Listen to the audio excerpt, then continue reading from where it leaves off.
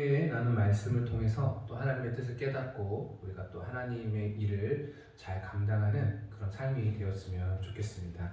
오늘 말씀의 제목은 나를 통해 하나님께서 하실 일을 아시나요? 우리가 이 질문을 내 스스로에게 해봤으면 좋겠어요. 나는 뭐라고 이 질문에 답을 할 수 있을까? 나를 통해서 하나님께서 하실 일을 과연 나는 알고 있을까? 라는 것들을 한번 질문을 해봤으면 좋겠습니다. 아는 사람과 모르는 사람은 큰 차이가 있습니다. 나를 통해서 하나님이 어떤 일을 하실지를 알고 있다면 그 사람은 어떤 선택을 할까요? 하나님이 나를 통해서 하실 일을 위해서 한 발 한 발 나아가지만 그렇지 못한 사람은 막연하게 신앙생활을 하게 됩니다. 언젠가는 하나님이 나를 사용하시겠지. 언젠가는 하나님께서 나를 통해서 놀라운 일들을, 기적들을, 또 하나님의 크신 능력들을 보여주시겠지. 막연한 그런 신앙생활을 하게 되는데 우리의 인생은 그렇지 않다는 거죠. 우리 한 사람 한 사람이 하나님께서 이 땅에 태어나게 하시고 또 이 땅에서 살아가면서 하나님께서는 나를 통해 하실 일들을 이미 다 계획해 놓으셨다는 걸 우리가 기억을 하셨으면 좋겠습니다. 그리고 지금 당장 이 질문에 대답을 못한다면 기도를 통해서 말씀을 통해서 우리가 좀 깨달았으면 좋겠어요. 왜 그러냐면 하나님께서 나를 향하신 뜻을 깨닫는다면 그 인생은 정말 복된 인생이 되는 거예요. 지금은 부족하더라도 내가 능력이 없다 할지라도 나는 하나님께서 나를 통해 어떤 일을 하실지를 알아간다면 우리는 그 일을 위해서 조금씩 기도하며 능력과 지혜를 구하며 하나님의 일을 해 나갈 수 있습니다. 그러나 목회자라고 할지라도 하나님께서 나를 통해서 어떤 일을 하실지 깨닫지 못한다면 그 목회는 자신을 위한 목회가 될 수 있어요. 그러니까 성공을 위한 목회가 될 수 있습니다. 그래서 막연한 인생이 아니라 정말 구체적으로 하나님께서 나를 이 땅에 보내신 그 이유와 목적을 이루는 그런 복된 인생이 되었으면 좋겠습니다. 성경에는 많은 사람들이 하나님께서 자신을 부르신 이유를 알았어요. 그래서 하나님이 나를 부르신 소명을 알았기 때문에 많은 하나님의 사람들이 그 소명을 붙잡고 또 그 일을 이루기 위해서 살아갔습니다.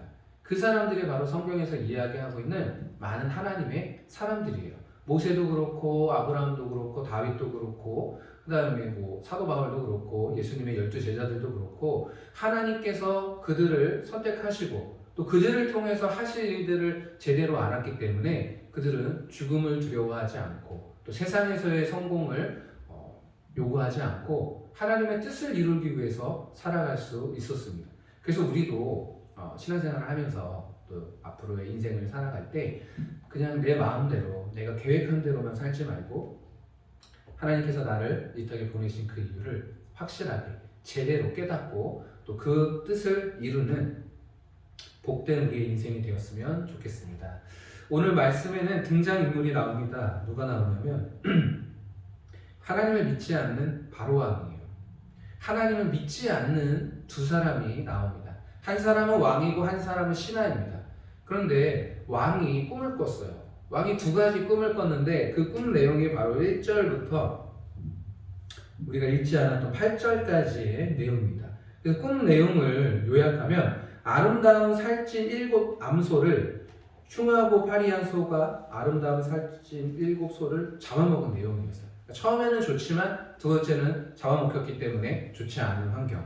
두 번째 비슷한 뉘앙스의 꿈입니다. 한 줄기의 무성한 그리고 충실한 7 이삭이 있었는데 마른 7 이삭이 그 무성한 그리고 충실한 그 7 이삭을 삼켜 먹었어요. 똑같은 내용입니다. 앞부분에는 좋지만 뒷부분에는 좋지 않은 내용이었어요. 이 꿈을 바로 왕이 꿈을 꾸게 됩니다. 그래서 바로 왕은 이 꿈을 해석하기 위해서 점술가나 현인들이나 지혜가 있는 사람들 그리고 꿈을 해석할 수 있는 많은 사람들에게 이야기를 했어요. 모두 불러가지고 이야기했지만 그 꿈을 해석할 수 있는 사람이 아무도 없었습니다. 이 한 자리에는 지금 전부 다 하나님을 믿지 않는 사람들이 모여 있죠. 하나님을 제대로 알지 못하는 사람들. 이 사람들을 통해서 하나님이 계획하신 일을 행하고 있다는 걸 우리는 믿음의 눈으로 볼 수 있어야 돼요. 지금은 그냥 일상적인 이야기입니다. 한 왕이 꿈을 꾼 내용에 불과해요. 그리고 그 꿈을 해석하기 위해서 많은 사람들을 모아놓고 지금 그 이야기들을 서로 물어보고 지금 해석을 위해서 열심히 애를 쓰고 있죠. 그런데 하나님이 계획하신 계획대로 현재 상황이 흘러가고 있다는 것을 우리는 믿음의 눈으로 볼 수 있어야 돼요. 그 자리에 있었던 술 맡은 관원장이 왕에게 이야기합니다. 어떤 이야기를 하냐면 2년 전의 이야기를 하는 거예요. 2년 전에 왕이 우리를 싫어해가지고 미워해가지고 우리를 감옥에 가둔 적이 있었는데 술 맡은 관원장 나하고 떡 굽는 관원장하고 함께 감옥에 갇힌 일이 있었다. 그런데 우리도 그때 꿈을 꿨었는데 그때 그 꿈 내용을 누가 해석해 줬냐면 히브리 청년이 해석을 해줬다. 그런데 그 꿈대로 그대로 현실이 이루어졌다라는 것을 왕에게 이야기합니다. 이 이야기를 들었던 이 왕은 당연히 누구를 불러오게 됩니까? 2년 전에 꿈을 해석해줬던 요셉이라는 청년을 불러오게 되죠. 그리고 그 왕 앞에 딱 섰을 때 이 요셉이라는 청년이 고백한 내용이 바로 오늘 본문 말씀이에요. 16절에 보게 되면 요셉이 바로에게 대답하여 이르되 내가 아니라 하나님께서 바로에게 편안한 대답을 하시리이다. 자, 누가 이 꿈을 해석할 거라고 고백을 합니까? 하나님. 내가 아니고 하나님께서 하실 것이다 라고 이야기합니다.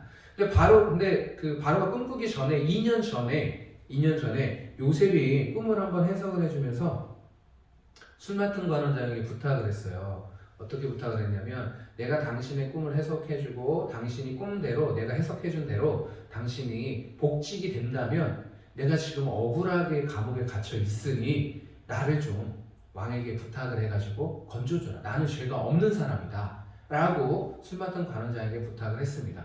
그런데 2년 동안 술 맡은 관원장이 이 사실을 잊고 있었어요. 그리고 오늘에서야 2년이 지나고 난 다음에 오늘에서야 바로 왕의 꿈을 듣더니 예전에 내가 꿈을 해석해줬던 그 청년 요셉이라는 청년을 기억하게 됐습니다. 그런데 2년 동안 술 맡은 관원장이야 복직이 돼서 그냥 자기의 삶에 만족하면서 살았겠지만 요셉은 어땠을까요? 요셉은 2년 동안 자기가 해석해준 대로 그 술 맡은 관원장이 복직이 됐는데 자기가 그렇게 간곡하게 부탁을 하고 난 억울하다 라고 이야기를 했는데 이 요셉은 2년이라는 시간 동안 어떤 마음으로 지냈을까요? 처음에는 하루 이틀 기다리면서 누구를 기다렸겠어요? 자기가 자유인이 되는 그런 날들을 기다렸겠죠. 나에게 은혜를 입었으니까 당연히 이 은혜를 갚겠지라는 생각으로 술 맡은 관원장이 오기만을 하루 이틀 밤을 새가면서 아마 기다렸을 수도 있어요. 한 달이 지났으면 무슨 일이 있었겠지, 2달이 지나면 바쁜 일이 있었겠지 라고 생각을 하면서 점점 시간이 지나면서 이 요셉은 희망을 잃어갑니다. 왜? 자기의 억울함을 해결해 줄 수 있는 유일한 사람이 술 맡은 관원장이라고 생각을 했어요. 그런데 그의 대답을 기다리지 못하고 그의 도움의 손길을 받아보지 못하고 하루하루 늘 똑같은 일상 속에서 시간을 보낼 때 이 요셉에게는 미래에 대한 소망이 점점점 사라져가고 있는 거죠. 그리고 분노도 느꼈겠죠. 욕도 했겠죠. 내가 당신의 꿈을 그렇게 해석해줬더니 은혜도 모르는 사람이라면서 분노도 내고 화도 내고 나중에 내가 기회가 되면 복수해야겠다 이런 생각도 여러 가지 생각도 들었겠죠. 제일 무서운 생각은 무엇입니까? 잊혀져 가는 거예요. 내가 감옥에 있는 거를 억울함을 알고 있는 그 사람이 나를 잊고 있다는 거. 그래서 아무도 내가 이 감옥에 갇혀 있을 때 내 잘못을 인정해 줄 수 있는 사실인지 진짜 거짓인지를 밝혀줄 수 있는 유일한 증인이 그리고 유일한 자기 편이 자기를 잊고 있다라는 이 사실은 굉장히 큰 절망감이 요셉에게 왔을 거라는 생각이 듭니다. 이제는 아무도 내가 감옥에 갇혀있는 사실을 모르고 있다. 그리고 내가 억울하게 이곳으로 왔다라는 것조차도 아는 사람이 아무도 없다라는 것은 정말 이 요셉에게는 굉장히 큰 좌절이고 또 때로는 그걸 생각하다 보면 우울감이 올 수도 있고 때로는 정말 살기 싫을 정도로 힘든 시간들을 보낼 수 있습니다. 그런데 술 맡은 관원장은 잊어버려도 사람은 잊어버려도 누구는 기억하고 계세요? 하나님께서는 요셉이 그 감옥에 있다는 사실을 알고 계셨어요. 그리고 요셉이 하나님의 뜻대로 지금 가고 있다는 사실도 알고 계셨어요. 왜? 거기까지 인도하시는 분이 하나님이셨기 때문에 그렇습니다. 그래서 이제는 요셉은 스스로 뭔가를 하려고 하지 않아요. 하나님께서 요셉을 통해서 하실 일들을 조금씩 깨달아가기 시작합니다. 그리고 2년이 지나고 난 바로 오늘, 지금에서야 하나님이 일을 시작하고 계시는구나. 지금이 바로 하나님의 때구나라는 것을 알게 됐습니다. 그래서 바로 왕에게 꿈을 해석하기도 전에 누가? 하나님께서 대답을 하실 거라고 이야기하는 거예요. 내가 아니라. 왜? 지금이 나를 통해서 하나님이 일하실 때라는 것을 요셉이 알게 됐어요. 만약에 하나님의 계획이 지금 이 계획이라면 요셉이 2년 전에 술 맡은 관원장이 풀어져가지고 자유의 몸으로 하는 게 하나님의 뜻입니까? 아닙니까? 아니죠. 하나님의 뜻을 이루기 위해서는 요셉이 그 감옥에 있어야 되는 거예요. 2년 동안. 이게 요셉을 향하신 하나님의 계획과 뜻이었어요. 그래서 요셉이 만약에 하나님의 계획과 뜻을 2년 전에 알고 있었다면 사람을 의지해야 되겠어요? 아니죠. 술 맡은 관원장에게 나 좀 꺼내달라고 이야기해야 되겠어요? 아니죠. 하나님의 계획을 믿음으로 끝까지 기다리고 있어야 되는 거예요. 그때를. 그래서 하나님이 자신을 통해서 일하실 수 있도록 준비되어야 된다는 거죠. 만약에 그 뜻을 몰랐다면 계속해서 아마 요셉은 이 감옥에서 어떻게 해서든지 나오려고 애를 썼을 거예요. 그리고 또 좌절하고 또 사람 의지하고 또 사람에게 배신당하고 사람에게 상처받고 이런 일들을 계속 반복했을 것입니다.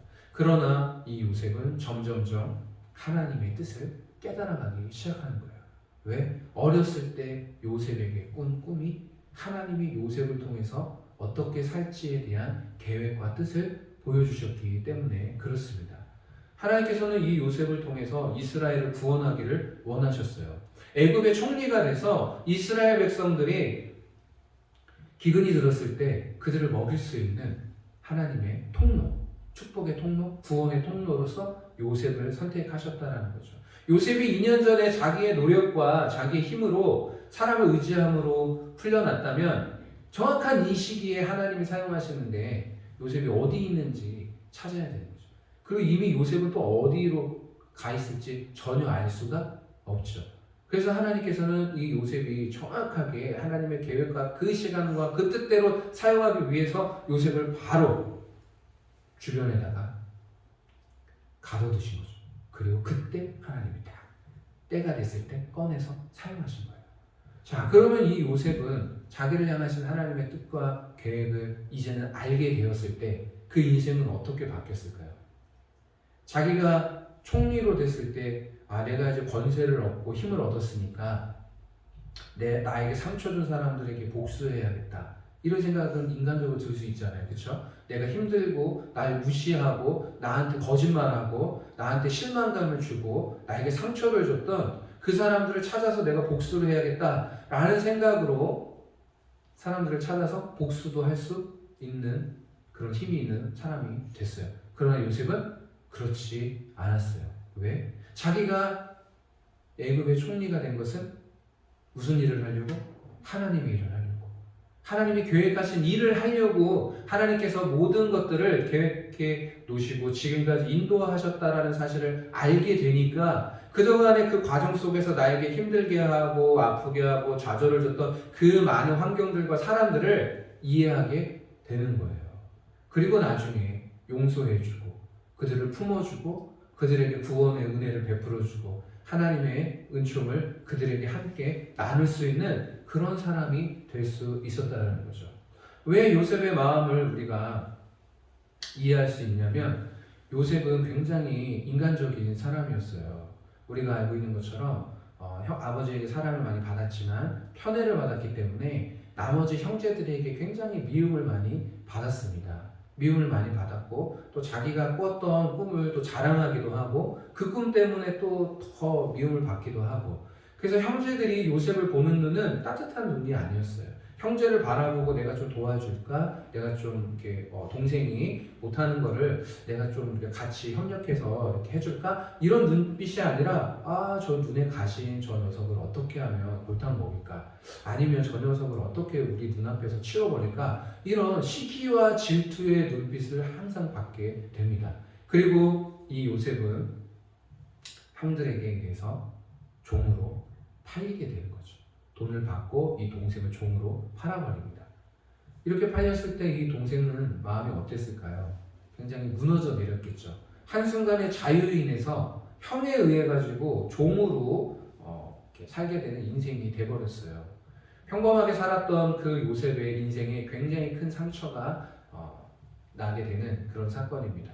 모르는 사람도 아니고 원수도 아니고 자기의 형제들이 자기를 시기하고 질투하는 마음으로 자기를 팔았다는 거. 심지어는 팔기 전에 무슨 계획도 세웠어요? 저 녀석을 죽이자라는 계획도 세웠어요. 그래서 구덩이에 던지고, 그래서 동생은 구덩이에 있는데 형들은 위에서 밥을 먹고 있는 그런 굉장히 형제들이 얼마나 미워했고 형제들의 마음을 굉장히 독하게 먹었다는 거.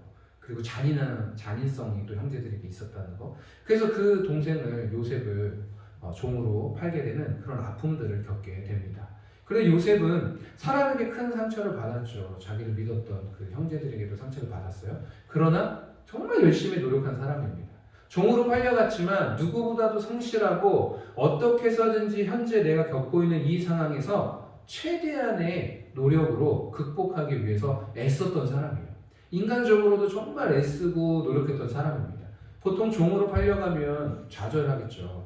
그리고 더 이상 힘쓸 에너지가 없겠죠. 그래서 뭐 내가 열심히 살아봤자 뭐 하겠나 이런 생각도 들 수 있잖아요. 가족들에게 버림받고 형제들에게 이렇게 팔리게 되었는데 신분도 자유인에서 종으로 내려오게 됐고, 그래서 인생에 대한 소망이 없을 수 있습니다. 그럼에도 불구하고 이 요셉은 굉장히 성실하게 노력하고 애쓰고 자기가 할 수 있는 상황에서는 정말 모든 힘을 다해서 자기가 닥쳐있는 어려움을 극복하기를 원했어요. 그렇게 살면 극복할 수 있을 거라고 생각을 했습니다. 내가 애쓰고 다른 사람들보다 더 많이 수고하고 더 많이 아끼고 다른 사람들에게 더 정직하게 성실하게 행하면 내 인생이 달라지고 내 인생이 회복될 수 있을 거라고 생각을 했어요. 그래서 정말 열심히 했습니다. 그런데 한참 잘 나가는 것 같이 보였지만 이렇게 열심히 사니까 잘 되는구나, 열심히만 살면 정말 인생 다시 성공할 수 있구나, 회복할 수 있구나라고 생각을 했지만 또다시 요셉에게는 위기가 찾아오는데 누구로부터 오냐면 사람으로부터 누명을 쓰게 됩니다. 보디발 장군의 아내가 요셉의 자신을 강간하고 성폭행했다라는 누명을 씌워가지고 감옥에 갇히게 되는 거죠. 우리가 사실 잘 알고 있지만 요셉은 굉장히 억울하게 누명을 쓰고 감옥에 갇힌 사람입니다. 그때 요셉의 마음은 어땠을까요? 인간적으로 생각하면 정말 진짜 한두 번도 아니고 형제들에게 팔려갔을 때도 정말 좌절하고 내가 그래 여기서 끝내지 말고 한번 열심히 한번 노력해서 이 위기를 극복해보자라고 하면서 정말 열심히 살았어요. 그러면 잘 되는 것처럼 보여서 그래 진짜 인생은 열심히 살면 되는 거야 라고 생각할 때쯤에 다시 바닥으로 떨어지게 되는 거예요. 첫 번째 충격보다 아마 더 큰 충격일 수 있어요. 왜냐하면 그 열심히 하는 과정 속에 누구의 은혜가 있었냐면 하나님의 은혜가 있었어요. 그래서 하나님이 함께 하셨기 때문에 이 요셉이 열심히 한 거에 비해서 더 하나님의 크신 은혜를 베풀어 주셨거든요. 그래서 이렇게만 하면 될 거라고 생각을 하는 순간 누명을 쓰고 오히려 더 요셉 마음속에는 하나님도 나를 버렸구나 라는 생각을 할 수가 있다라는 거죠. 그래서 더 이상은 내 인생에 빛이 없다, 더 이상의 내 인생에 소망이 없다 라고 생각할 수 있다라는 거죠. 그때 이제 술 맡은 관원장과 떡 굽는 관원장을 만나게 되고 거기서 이제 억울하게 또 감옥에 온 그 떡 굽는 관원장과 술 맡은 관원장에게 꿈을 또 해석해주고, 그때 이제 떡 굽는 관원장은 죽게 되고 요셉이 해석한 대로 술 맡은 관원장은 복직이 되죠. 그때 요셉이 잡을 수 있는 희망은 딱 뭐였어요? 인간적으로 봤을 때는 복직이 회복된 술 맡은 관원장. 이 사람이 내 인생을 다시 회복시켜 줄 수 있을 거라고 생각을 했어요. 이 사람만이 내 억울함을 풀어줄 수 있을 거라고 생각을 했습니다. 그러나 또다시 그 인간에게 어떻게 돼요? 배신을 당하게 된 거죠. 그러니까 지금 요셉의 인생은 인간을 의지했을 때 인간에게 배신당하고 배신당하고 배신당하고 인간에 대한 기대감이 이제는 전혀 없어요. 그 상처를 우리가 말로 표현할 수가 없어요. 여기까지 일어서고 하루하루 눈을 뜰 수 있는 그 힘은 정말 하나님이 주신 은혜입니다. 정말 더 이상 내가 살아서 뭐하나. 열심히도 살아보고 애도 쓰고 정직하게 살아보고 노력도 하고 다른 사람보다 더 부지런하게 인생을 살아서 정말 망가진 내 인생을 회복하려고 노력을 하고 애를 썼지만 결국에는 현실은 뭐예요? 누명 쓰고 감옥에 있는 게 현실이었어요. 굉장히 큰 절망이죠, 절망. 더 이상 어떤 일을 하고 싶지도 않겠죠. 그때 알고 계셨던 분이 누구냐면 하나님이에요. 요셉의 감정과 기분과 생각과 상황과 상처, 아픈 경험들, 가족에게 버림받은 경험들, 사람에게 배신당한 경험들, 이 모든 것들을 알고 계신 분이 하나님이시라는 거예요. 그 하나님께서 이 요셉을 통해서 하시려고 하는 그 뜻과 계획을 이 요셉이 점점 알아가기 시작을 하는 거예요.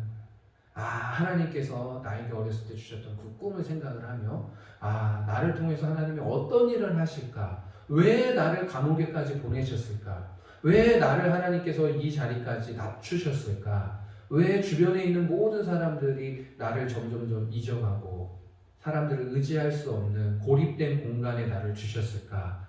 이걸 계속해서 끊임없이 물어보며 기도했을 때 하나님께서는 이 요셉에게 하나님의 계획과 뜻을 깨닫게 해주셨을 거라고 믿습니다. 왜냐하면 그 다음에 하는 요셉의 고백을 들어보면 알 수가 있어요. 요셉이 그걸 깨달았구나. 요셉이 진짜 하나님이 자신을 통해서 어떤 일을 하실지를 깨닫고 그 다음에 지금이 바로 하나님이 계획하신 일을 하실 때다라는 것을 깨달았다는 걸 우리가 알 수가 있어요. 그렇기 때문에 그동안에 형제들에게 상처받았던 거 복수하지 않습니다.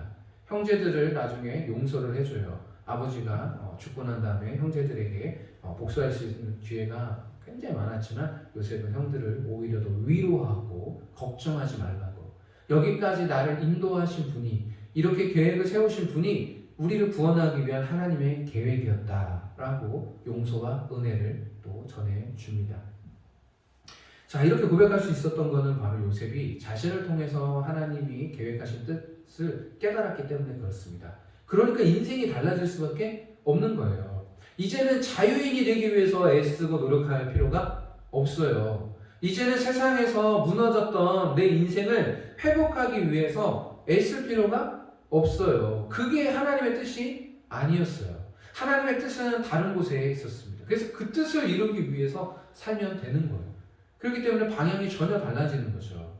하나님께서 나를 세우신 또 이 땅에 태어나게 하신 그 이유와 목적을 알게 된다면 우리는 그것을 위해서 선택하고 그것을 위해서 애쓰고 기도할 수 있지만, 그걸 모르면 단순히 세상에서 성공을 위해서 기도하는 거예요. 단순히 잘 살기 위해서 성공하는 거예요. 단순히 다른 사람들이 저게 좋다고 하니까 저쪽으로 가는 거고, 다른 사람들이 이쪽에 좋다고 하면 이쪽으로 가는 거고, 그러기 위해서 살게 되는 거예요. 이렇게 돈 많이 버니까 좋더라. 돈 많이 벌어야 되는구나. 성공하니까 좋더라. 성공해야 되는구나. 공부 잘하니까 좋더라. 공부 잘해야 되는구나. 이렇게 되는 거예요. 방향 없이 세상에서 계속해서 자신의 이름과 명예를 위해서 노력하고 애쓰게 되는 거죠. 그렇게 되면 어떻게 돼요? 시간이 지나도 허무하게 되는 거고, 시간이 지나도 하나님의 뜻과는 점점 멀어지게 되는 거고, 자신의 인생을 위해서 자기 노력을 하고 자기 세상에서 성공을 위해서 자기가 애쓰게 되는 거죠. 그러다 시간이 지나면 사람들에게 또 상처받고, 내가 노력을 해도 안 되네, 애써도 안 되네, 내 인생은 왜 이렇게 됐을까, 왜 내 인생은 해도 안 될까, 이렇게 좌절하게 되는 거예요. 그런데 그 인생에서 하나님의 뜻을 찾게 된다면 어떻게 되겠어요? 이제 선택이 달라지기 시작하는 거예요. 그리고 현재 상황을 하나님의 눈으로, 믿음의 눈으로 해석하게 되는 거예요. 요셉이 감옥에 있다고 좌절했겠어요? 초반에는 엄청 좌절했겠지만 하나님이 자신을 통해서 하실 일들을 깨달아 가니 이제는 현재 상황이 좌절할 이유가 전혀 없어요. 내가 감옥에서 탈출하고 감옥에서 억울함을 풀고 나가는 것이 단순히 인생의 목적이 아닙니다. 이제는 하나님의 계획과 뜻을 이루는 게 이 요셉 인생의 목표가 됐어요. 그래서 이제는 요셉이 자신의 억울함을 먼저 호소하지 않아요. 그렇죠? 술 맡은 관원장에게 호소했던 그 호소문이 아니에요. 조건을 먼저 걸 수 있잖아요. 내가 만약에 이 꿈 해석해주면 나의 억울함을 좀 풀어달라고. 나는 그 죄를 지은 사람이 아니라 억울하게 보디발 안에 누명을 쓰고 이 자리에 온 사람이니까 제발 좀 내가 꿈 해석해 줄 테니 제발 나를 좀 풀어달라 하고 이렇게 조건을 걸어야 되는데 그렇지 않습니다. 왜? 하나님의 뜻을 이루는 게 요셉의 목표거든요.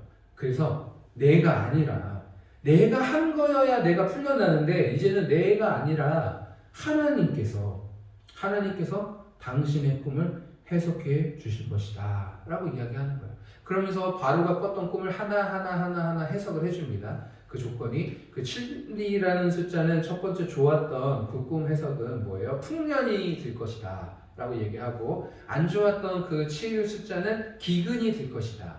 처음에 풍년이 들었던 그 풍년의 기간보다 훨씬 더 힘든 기근이 올 거다 라고 이렇게 해석을 해줍니다. 그러면서 결정적으로 25절에 요셉이 바로에게 아뢰되 바로의 꿈은 하나라. 하나님이 그가 하실 일을 바로에게 보이시니. 이게 요셉이 깨달은 거예요. 누가 할 일? 하나님이 하실 일. 하나님이 하실 일. 바로의 꿈뿐만이 아니라 자신의 인생도 누가 하실 일? 하나님이 하실 일을 기대하고 하나님이 하실 일을 기다리면서 하나님이 나를 통해 뭘 하길 원하는지를 기도하며 애쓰며 또 그 시간들을 준비하고 있는 거죠. 이제는 요셉이 자기의 인생 회복이 중요한 게 아니었어요. 뭐가 중요했어요? 자신을 통해서 하실 일이 중요했다는 거죠. 하나님이 계획이 그만큼 중요했다는 거예요. 그래서 바로의 꿈도, 그 꿈은 누가 계획하신 꿈? 하나님이 계획하신 꿈. 그래서 그 꿈을 하나님이 이루실 거라는 걸 바로에게 확실하게 알려주는 거예요. 이 꿈 해석도 하나님이 하실 거고, 그리고 이 꿈을 통해서 일하시는 분도 하나님이시고, 이 꿈을 주신 분도 하나님이라는 사실을 알게 되는 거예요. 그래서 하나님의 계획이 있으면 그것이 이루어진다라는 것을 확신이 요셉에게는 있었습니다. 그래서 딜을 하지 않아요, 처음부터. 이제 이 기회를 잡아서 내가 빨리 탈출해야지. 이 기회를 통해서 억울함을 회복해야지. 이 기회를 통해서 내가 물질과 재물을 좀 얻어야지. 명예를 얻어야지. 회복해야지. 이게 중요한 게 아니고 하나님이 바로의 꿈을 통해서 갖고 계신 그 계획을 이루시기를 요셉이 간절히 바라고 있는 거예요. 그리고 이제 자신을 통해서 하나님이 어떤 일을 하시길 원하는지 이 요셉도 깨달아 가게 되는 거죠. 그래서 이제는 누구를 위해서? 하나님의 뜻을 이루기 위해서 살게 되는 거예요. 그래서 애굽의 총리가 되는 것도 자신이 노력한다고 되는 게 아니라는 걸 깨달았어요. 하나님이 자신을 통해서 가지고 있는 이 계획이 온전히 이루어진다면 자신을 통해서 이스라엘 백성들을 구원하기 위해서 하나님이 사용하실 거라는 걸 알게 됐습니다. 그래서 그 자리에, 높은 자리에 올라가도 교만하지가 않아요. 왜? 내가 한 게 아니라 하나님이 이 자리에 세워서 나를 통해서 다른 일을 하려고 나를 이 자리에 세운 거기 때문에. 그래서 그 하나님의 일을 위해서 요셉이 노력하고 애쓰게 된다는 거죠. 그 과정 속에서 하나님께서는 또 역사를 하신 거죠. 자, 그래서 우리는 나를 통해서 하나님께서 하실 일들을 반드시 아셔야 돼요. 그래야 인생을 허비하지 않습니다. 그래야 내가 노력하고 애쓴 이 모든 것들에 대한 열매를 맺을 수가 있어요. 그렇지, 이 대답에 대한 걸 모른다면 지금까지는 누구를 위해서 맨날 기도해요? 나를 위해서 기도하는 거예요. 내가 억울한 누명 썼을 때는 억울한 누명 풀어달라고. 내가 힘들 때는 내가 힘든 거 좀 도와달라고. 내가 아플 때는 내 아픈 거 좀 치료해달라고. 단순히 나를 위한 기도밖에 하지 않게 되는 거죠. 사역도 마찬가지입니다. 내가 하는 사역에 열매 맺을 수 있도록 단순히 그거에만 치우쳐 있게 되는 거죠. 그러나 하나님께서 나를 통해서 하실 일들을 깨닫게 된다면 우리의 기도는 어떻게 되겠어요? 하나님의 뜻이 이루어지도록 기도를 하는 거예요. 그 뜻을 이루는데 내가 부족함이 많다. 그럼 능력을 달라고 기도를 하는 거예요. 내가 물질로 하나님의 일을 하고 싶은데 물질이 없다. 그러면 그 물질을 달라고 기도를 하는 거예요. 능력이 없으면 능력을 달라고. 지혜가 없으면 지혜를 달라고. 사람이 없으면 사람을 보내달라고 기도를 하는 거예요. 그 기도는 나를 위한 기도가 아니라 하나님 나라를 위한 기도가 되는 거예요. 그러니까 그 기도에는 힘이 있고 능력이 있게 되는 거죠. 인생도 마찬가지입니다. 지금까지는 더 다른 사람들보다 높아지기 위해서, 더 잘 살기 위해서, 더 안전하기 위해서, 더 칭찬받고 명예를 얻기 위해서 애쓰고 노력하고 살았다지만 이제부터는 우리는 어떻게 살아야 돼요? 나를 향하신 하나님의 뜻, 계획을 깨닫고 그걸 위해서 사는 삶이 복된 삶이 될 수 있다는 거죠. 그래야 하나님께서 우리를 이 땅에 보내시고 이 땅에 태어나게 하신 온전한 그 뜻을 이룰 수가 있게 되는 겁니다. 그 뜻을 이루는 게 바로 하나님 나라와 의를 위해서 사는 삶이 되는 거예요. 단순히 기도 제목만 가지고 맨날 하나님 나라를 위한 기도를 하지만 정작 내 자신은 아무것도 하지 않고 있다. 그럼 우리는 우리의 삶을 다시 한번 돌아볼 필요가 있습니다. 그래서 우리는 무엇보다도 어떤 기도보다도 하나님 나를 통해서 하나님께서 하실 일이 무엇입니까? 라는 걸 알아야 그 다음 단계를 나아갈 수 있는 거예요. 그 다음 2단계조차도 모르는 기독교인들이 얼마나 많습니까? 그 사람들이 그럼 누구를 위해서 살고 있겠어요? 자신을 위해서 살고 있는 거고, 자신을 위해서 기도하고 있는 거고, 자신을 위해서 신앙생활하고 있는 거고.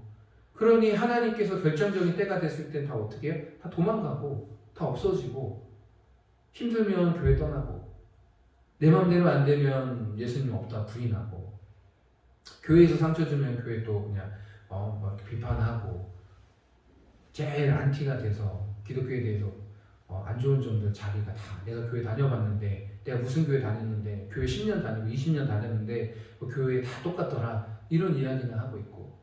그래서 우리는 어떻게 해야 됩니까? 하나님께서 나를 부르시고 또 세우신 그 이유와 목적을 반드시 아셔야 돼요.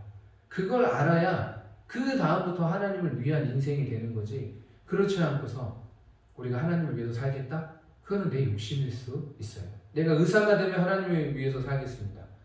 내가 성공하면 하나님을 위해서 살겠습니다. 그 누구를 위한 성공입니까? 다 자기를 위한 성공이 되는 거죠. 그러나 하나님의 뜻을 우리가 제대로 알게 된다면 기도부터 바뀌고 또 삶도 바뀌고 선택도 바뀌고 인생의 목적도 목표도 바뀌게 되는 거예요. 그리고 하나님께서 하실 일들을 기대하게 되는 거죠. 그래서 요셉의 고백처럼 우리의 인생은 누가 하세요? 하나님이 하시는 거예요. 그리고 우리의 인생 가운데 하나님이 하실 일들을 보게 되는 거죠. 이 믿음의 고백이 우리의 고백이 되어야 될 줄 믿습니다. 그래서 남은 인생도 이제는 누구를 위해서? 하나님을 위해서. 그러니까 단순히 그냥 하나님을 위해서가 아니라 구체적인 기도를 통해서 또 말씀을 통해서 하나님의 뜻을 깨닫고 알아가는 삶이 되었으면 좋겠습니다. 기도하겠습니다.